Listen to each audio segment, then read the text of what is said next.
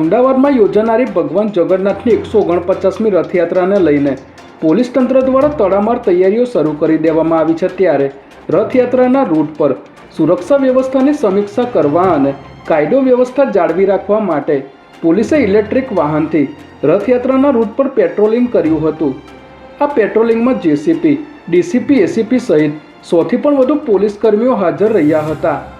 Sector 1 JCP Neeraj બળગુજરે જણાવ્યું હતું કે દર વર્ષે પેટ્રોલિંગ કરવામાં આવે છે, પરંતુ આ વર્ષે ઇલેક્ટ્રિક વાહન પર પેટ્રોલિંગ કરવામાં આવ્યું હતું અને આગામી દિવસોમાં પણ પેટ્રોલિંગ અને ડ્રોન સર્વેલન્સ કરવામાં આવશે।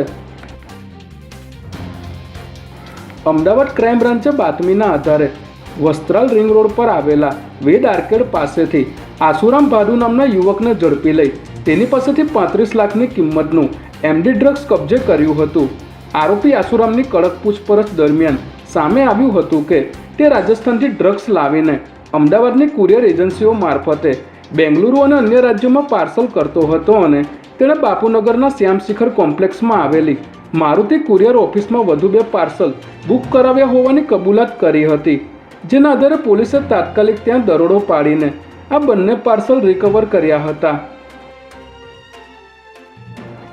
અમદાવાદના એસજી હાઈવે પર આજે વહેલી સવારે એક ભારે માલવાહક ટ્રક કોઈ અગમ્ય કારણોસર અકસ્માતનો ભોગ બન્યો હતો, જેમાં ઝાયડસ સર્કલથી ગોતા બ્રિજ તરફ જઈ રહેલી ટ્રકનો આગળનો ભાગ ધડાકાભેર અથડાવાને કારણે આખી કેબિન વળી ગઈ હતી, જેથી ટ્રકનો ડ્રાઈવર સીટ પર જ લોખંડના પતરા વચ્ચે ખરાબ રીતે લોહીલુહાણ હાલતમાં ફસાઈ ગયો હતો।